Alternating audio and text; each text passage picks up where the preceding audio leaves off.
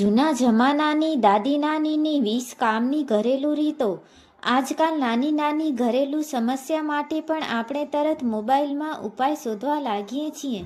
પરંતુ આપણા દાદી નાનીના સમયમાં મોબાઈલ નહોતા, ઇન્ટરનેટ નહોતું, છતાંય ઘરનું કામ કેટલું સમજદારીથી થતું હતું. એમની પાસે અનુભવથી શીખેલી એવી ઘણી રીતો હતી જે આપણે પણ આપણા માટે ઉપયોગી બની શકે છે.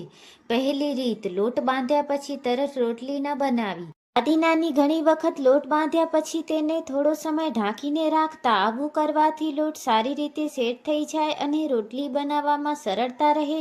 એટલે રોટલી કઠણ થતી હોય તો લોટ બાંધ્યા પછી થોડા સમય ઢાંકીને રાખવાનો આ જૂનો ઉપાય અજમાવી શકો. પાંચમી રીત, વાસણમાં ગંધ રહી જાય તો તરત સુગંધિત સાબુ ન વાપરો. કેટલાક વાસણમાં ડુંગળી, લસણ કે મસાલાની ગંધ રહી જાય છે. જૂના સમયમાં વાસણને સારી રીતે ધોઈને સૂર્યપ્રકાશમાં સૂકવવાની રીત પણ અપનાવવામાં આવતી. ખાસ કરીને વાસણ સંપૂર્ણ રીતે સૂકવવાનું મહત્વ હતું.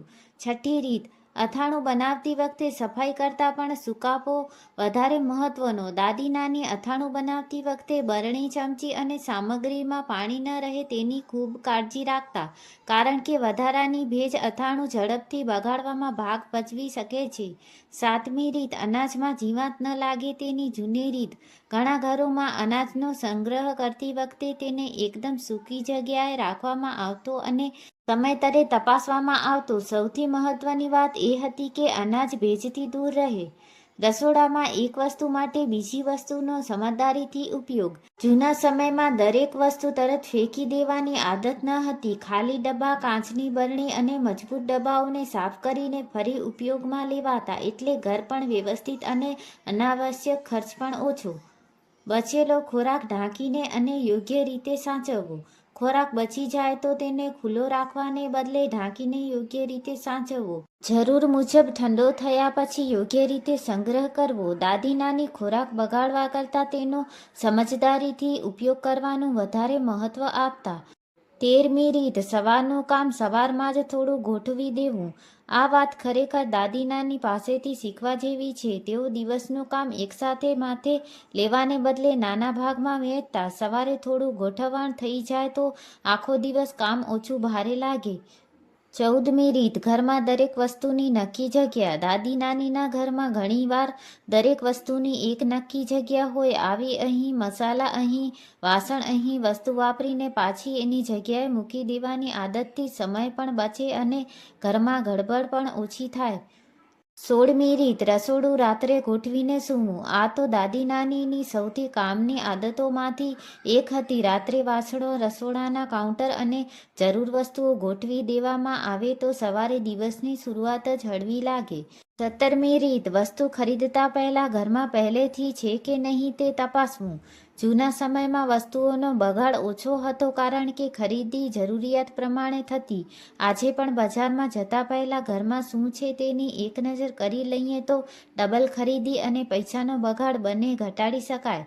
18મી રીત, નાની વસ્તુને નાની સમજીને અવગણવી નહીં. દાદી નાની ઘરમાં પડેલી નાની નાની વસ્તુઓનો પણ હિસાબ રાખતા. દોરી, બરણી, ડબ્બા કે કપડાનો ટુકડો યોગ્ય સમયે આ જ વસ્તુઓ કામ આવી જતી. એટલે દરેક વસ્તુનો સમજદારીથી ઉપયોગ કરવો એ પણ એક કળા હતી.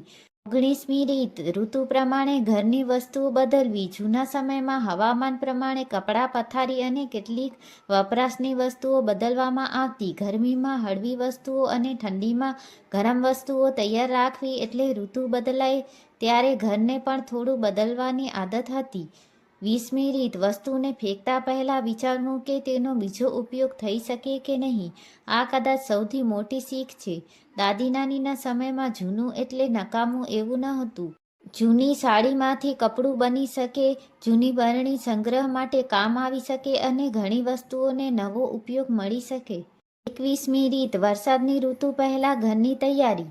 દાદી નાની ઋતુ બદલાય ત્યારે ઘર પણ થોડું બદલતા. વરસાદ શરૂ થાય એ પહેલાં અનાજ, મસાલા, કપડાં અને જરૂરી વસ્તુઓ ભેજથી સુરક્ષિત રહે એ રીતે ગોઠવી દેતા. ખાસ કરીને જ્યાં ભેજ વધારે હોય ત્યાં વસ્તુઓ લાંબા સમય સુધી ખુલ્લી ન રાખવાની કાળજી રાખતા. ચોખા અને દાળ ખરીદ્યા પછી તરત સંગ્રહ ન કરવો. દાદી નાની અનાજ લાવ્યા પછી તેને એક નજરથી તપાસતા, તેમાં ભેજ, કચરો કે જીવાત તો નથી ને એ જોતા. પછી યોગ્ય રીતે સૂકવી અને સાફ કરીને સંગ્રહ કરતા, એટલે પછી આખો જથ્થો બગડવાની શક્યતા ઓછી રહે. 24મી રીત, મસાલાની બરણી વારંવાર સાફ કરવી. મસાલાની બરણી ખાલી થાય ત્યારે તેમાં નવો મસાલો સીધો ભરવાને બદલે બરણી સાફ કરીને સંપૂર્ણ સૂકી કર્યા પછી જ નવો મસાલો ભરવો. જૂના સમયમાં આ નાની બાબતનું પણ ખાસ ધ્યાન રાખવામાં આવતું.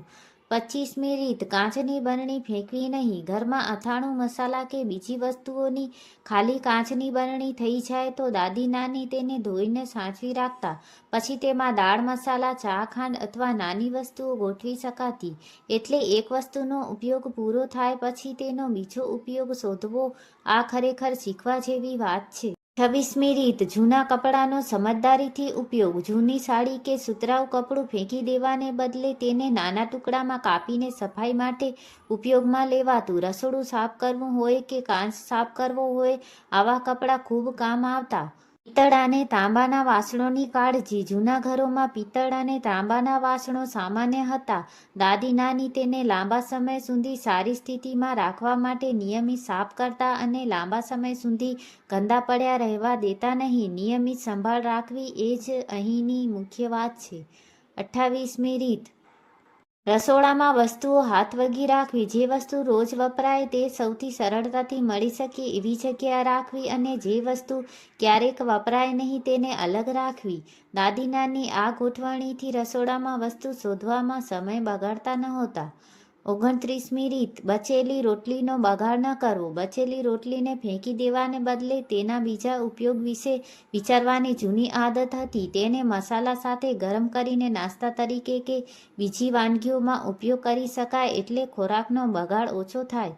30મી રીત, બચેલા ભાતને પણ કામમાં લેતા. ઘરોમાં ભાત વધે તો તેને યોગ્ય રીતે સાચવીને બીજા દિવસે નવી વાનગી બનાવી શકાય.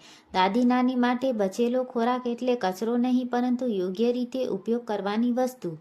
ઘરમાં મહેમાન આવે ત્યારે આખું ઘર ઉથલવાનું નહીં. આ તો દાદી નાની પાસેથી શીખવા જેવી ખાસ વાત છે. મહેમાન અચાનક આવે તો દરેક વસ્તુ સંપૂર્ણ ગોઠવવાની જગ્યાએ પહેલાં દેખાતી જગ્યાઓ સાફ અને વ્યવસ્થિત કરી દેવી. એટલે ઓછા સમયમાં ઘર પણ સરસ લાગે અને પોતે પણ થાકી ન જવાય. 37મી રીત, કામને છેલ્લી ઘડીએ ન છોડવું. દાદી નાની ઘણી ઘરકામની વસ્તુઓ સમયસરે કરી લેતા. કપડાં ધોવાના હોય, અનાજ ગોઠવવાનું હોય કે રસોડું સાફ કરવાનું હોય, કામ ભેગું થઈ જાય એ પહેલાં થોડું થોડું કરી લેતા. એટલે એક દિવસમાં કામનો મોટો ઢગલો ઊભો ન થતો. ઘરની વસ્તુઓનો માન રાખવો. જૂના સમયમાં વસ્તુ તૂટે એટલે તરત નવી ખરીદવાની રીત ન હોતી. શક્ય હોય તો તેને સુધારવામાં આવતી. આનો અર્થ એ નથી કે જૂની અને ખરાબ વસ્તુ જ રાખવી, પરંતુ ઉપયોગી વસ્તુને બેદરકારીથી ન બગાડવી. ઘરકામને બોજ નહીં, ગોઠવણ બનાવવી. અને છેલ્લી વાત કદાચ સૌથી મહત્વની છે. દાદી નાની પાસે આજના સમય જેવી ઘણી સુવિધાઓ નહોતી, છતાં તેઓ કામને ગોઠવીને કરતા. દરેક વસ્તુની જગ્યા, સમયનું આયોજન, ખોરાકનો ઓછો બગાડ અને જૂની વસ્તુનો યોગ્ય ઉપયોગ, આ બધી નાની આદતો મળીને ઘર ચલાવવાનું સરળ બનાવતી. આપણે પણ એમની દરેક જૂની રીત આંખ બંધ કરીને અપનાવવાની જરૂર નથી, પરંતુ જે વાત આજે પણ સમજદારીભરી લાગે તેને આપણા જીવનમાં જરૂર લઈ શકીએ. કારણ કે દાદી નાનીની ઘણી વાતો માત્ર ઘરકામની ટિપ્સ નહોતી, એમની પાછળ વર્ષોનો અનુભવ હતો. તમારી દાદી કે નાનીની એવી કઈ રીત છે જે આજે પણ તમારા ઘરમાં વપરાય છે? કમેન્ટમાં જરૂર લખજો. કદાચ તમારી એક રીત કોઈ બીજી મહિલાના પણ કામ આવી જાય.